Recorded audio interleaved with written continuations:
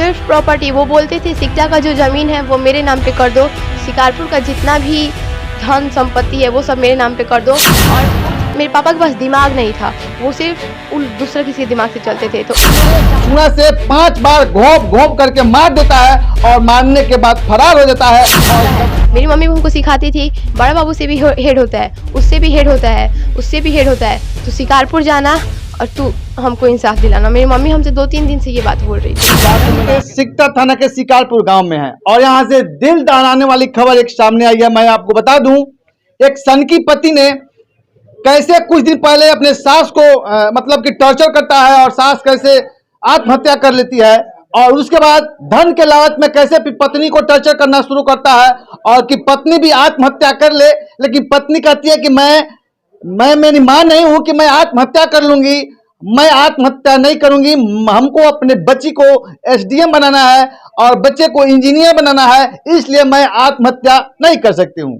तो लास्ट में जाकर के पति ने किस तरह से चूना से 5 बार घोंप घोंप करके मार देता है और मारने के बाद फरार हो जाता है। और जब बच्चा और बच्ची स्कूल से आते हैं और देखते हैं ताला पे एक बोर्ड लगा है और अगल बगल में पता करते हैं तो लोग हंस रहे हैं और मजाक उड़ा रहे हैं और कह रहे हैं कि देखो कहीं गए हो गई तुम्हारी माँ, कहीं गई होगी।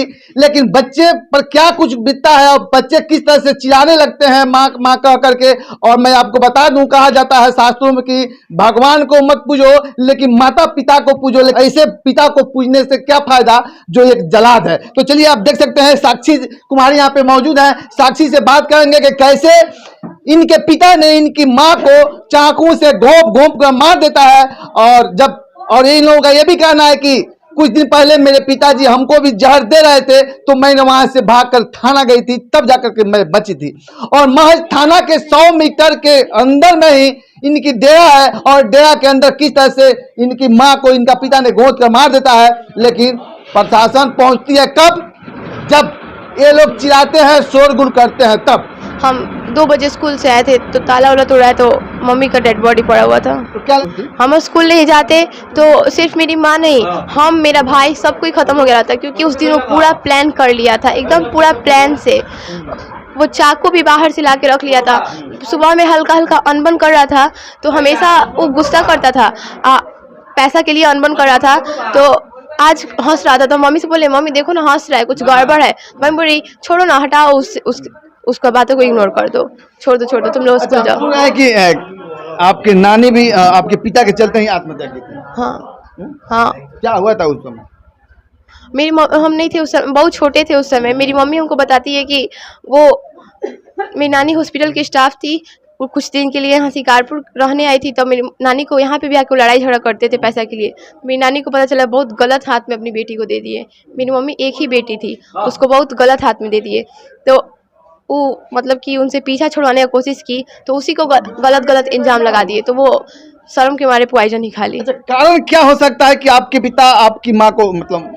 सिर्फ प्रॉपर्टी। वो बोलते थे सिकटा का जो ज़मीन है वो मेरे नाम पे कर दो, शिकारपुर का जितना भी धन संपत्ति है वो सब मेरे नाम पे कर दो और कोर्ट में लिख के दे दो कि घोड़ासान में तुम्हारा और तुम्हारे बच्चा सबका कोई हक नहीं है, वहाँ पे भी हम लोग का ज़मीन है तो उसमें हम लोग, मेरी मम्मी का और मेरे भाई का कोई हक नहीं है उसमें, बोलते थे वो। अच्छा, कौन कौन इन्वॉल्व है इसमें? इसमें भारद्वाज सिंह, मेरे 2 अंकल संजीव सिंह, राजेश सिंह और अनिल सिंह और मिठू सिंह और नागेश सिंह भी उनके पापा। और आपके लक्ष्मण सिंह वो तो है ही है। वो तो है ही, वो तो मेरी मम्मी का मर्डर ही कर दिए। क्या जब इस तरह का झगड़ा झंझट होता था, क्या आप लोग के डेरा के बगल में ही थाना था, तो क्या आप लोग वहाँ नहीं गए थे क्या कभी? नहीं, कभी नहीं गए थे। मम्मी सिर्फ इतना सोचती थी कि मेरा बेटा 5 साल के बाद हो जाएगा, अभी सब करने को क्या जरूरत है। लेकिन इस बार, इससे पिछली बार इतना हद कर दिए थे कि मेरी मम्मी हमको बोली कि भाग जाओ थाना में, तो हम भाग गए थाना में। तो वहाँ पे बड़ा बाबू मेरी मम्मी का बात नहीं सुनते थे, वो सब कुछ भारद्वाज सिंह पे फेंक देते थे और उन्हीं की वजह से मेरी मम्मी का डेथ हो गया।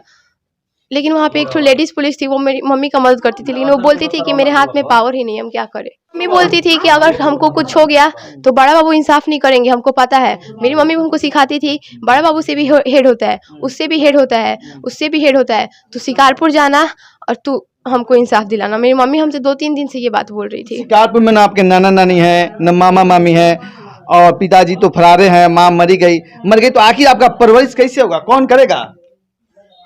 अभी हमको सिर्फ मम्मी के लिए इंसाफ चाहिए। अच्छा, क्या बनना चाहती हैं आप? हम सिविल सर्विस का तैयारी करना चाहते थे। मेरी मम्मी बोलती थी करवाएंगे तुमको सिविल सर्विस का तैयारी, और मेरे जैसे ही लोग का मदद करना, मेरी मम्मी बोलती थी। चाहे जो भी दुखिया आएगा उसका सुनना है। मम्मी बोलती थी कि मेरे जैसे अन्नू फिर दोबारा किसी को मत बनने देना। वहाँ का कुछ लोग हैं कि आरोप लगा रहे हैं आपकी माँ पर कि आपकी माँ भी गलत संगत में थी, उसको ऐसा नहीं करना चाहिए। आप एक बार अपने दिमाग से सोचिए, अगर मेरी मम्मी गलत होती तो वो इंसान मेरी मम्मी के साथ होता ना। मेरी मम्मी एकदम अकेली थी। जब अनिल अंकल, निस्सू अंकल और मिठू अंकल आया लोग मेरी मम्मी को टॉर्चर करने के लिए, लक्ष्मण सिंह को रख लो नहीं तो हम लोग तुमको सिकटा से निकलवा देंगे, तब मेरी मम्मी डरती नहीं? डरती ना। मेरी मम्मी ऐसा बोलती है कि 2 बच्चा लेके हम कहाँ जाएंगे, सिकटा छोड़ के हम कहाँ जाएंगे।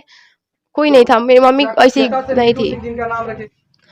मेरे पापा के पास दिमाग नहीं था, वो सिर्फ दूसरा किसी के दिमाग से चलते थे। तो उन लोग चाहता था कि मेरी मम्मी से जितना भी प्रॉपर्टी है सब कुछ उनके हवाले कर दे। नहीं, वो लोग से पूछा, वो लोग को क्यों इतना हमदर्दी था? क्या वो लोग को फायदा था? आपके पिताजी से क्या फायदा था? वही तो बता रहे हैं। तो उनके पास चला जाएगा, फिर उनके पास तो दिमाग है नहीं, तो वो सब वो लोग ले लेगा, मतलब सब पुल्हा लेगा लोग। यानी कि ये जो लोग हैं 2 4 5 आदमी, ये लोग चाहते हैं कि अब आपकी माँ पूरे संपत्ति आपके पिता के नाम कर दे और वो लोग बेचवा कर खा जाए। हाँ, यही चाहता है वो लोग। और मेरे बड़े पापा संजीव सिंह और राजेश सिंह, ये दोनों बोलता था सब मेरे पापा से कि तू कांड करके आओ ना, दुनिया में हर कुछ बिकता है। बोलता था लोग दुनिया में हर कुछ बिकता है, मतलब पुलिस, थाना, कोर्ट, जज सब बिक जाएगा। आप अपील कीजिएगा प्रशासन से। हम सिर्फ इतना बोल रहे हैं, मेरी मम्मी को इंसाफ दिला दीजिए। कहीं भी है लक्ष्मण सिंह, उसको पकड़ के लाइए, उसको उम्र कैद का सजा होना चाहिए। मेरी मम्मी तो चली गई, मेरी मम्मी वापस आएगी, कोई मेरी मम्मी को नहीं ला सकता।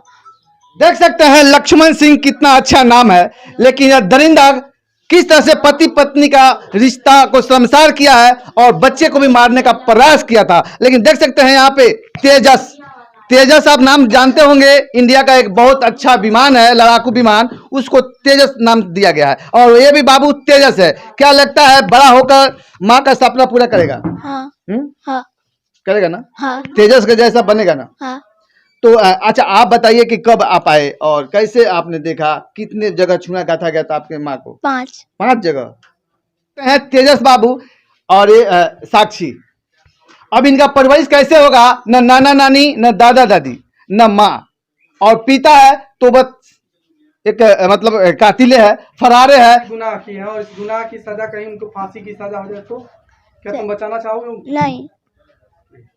देख सकते हैं एक बच्चा दौड़ कर जाता है, पिताजी आते हैं दरवाजे पर तो बच्चा घर से बाहर निकलता है और दौड़ता है और पकड़ लेता है और प्यार दुलार करता है। लेकिन ये बच्चा कह रहा है कि मेरे पिताजी को फांसी भी हो जाएगा तो हमको अफसोस नहीं होगा। चलिए, मैं चाहूंगा कि इस तरह का बर्ताव कहीं भी हो तो आप लोग खुलकर आगे आइए और बोलिए, क्योंकि हम लोग वहां गए थे लेकिन वहां का कोई भी व्यक्ति बोलने के लिए तैयार नहीं था। तो ऐसे करने से अपराधी का मनोबल बढ़ेगा और अपराध चरम सीमा पर जाएगा और बढ़ता ही रहेगा और बढ़ ही रहा है। तो इसलिए आप लोग भी कमेंट कीजिए और इस वीडियो को शेयर कीजिए ताकि पश्चिमी चंपारण के हर एक पदाधिकारी के पास इस वीडियो को हम लोगों को पहुंचाना है और साक्षी और तेजस को न्याय दिलाना है। यहाँ पे कुछ लोग हैं, आप लोग कोई बोल सकते हैं क्या? चलिए, ये लोग वहां नहीं थे क्योंकि यह साक्षी का ममहर घराने और मामा लोग तो है नहीं, उन लोगों के कुछ पटदार लोग हैं और यहीं पे दाह संस्कार किया जाएगा। पोस्टमार्टम से अभी शव नहीं आया है। चलिए, आप लोग देखते रहिए और शेयर करते रहिए। जय हिंद।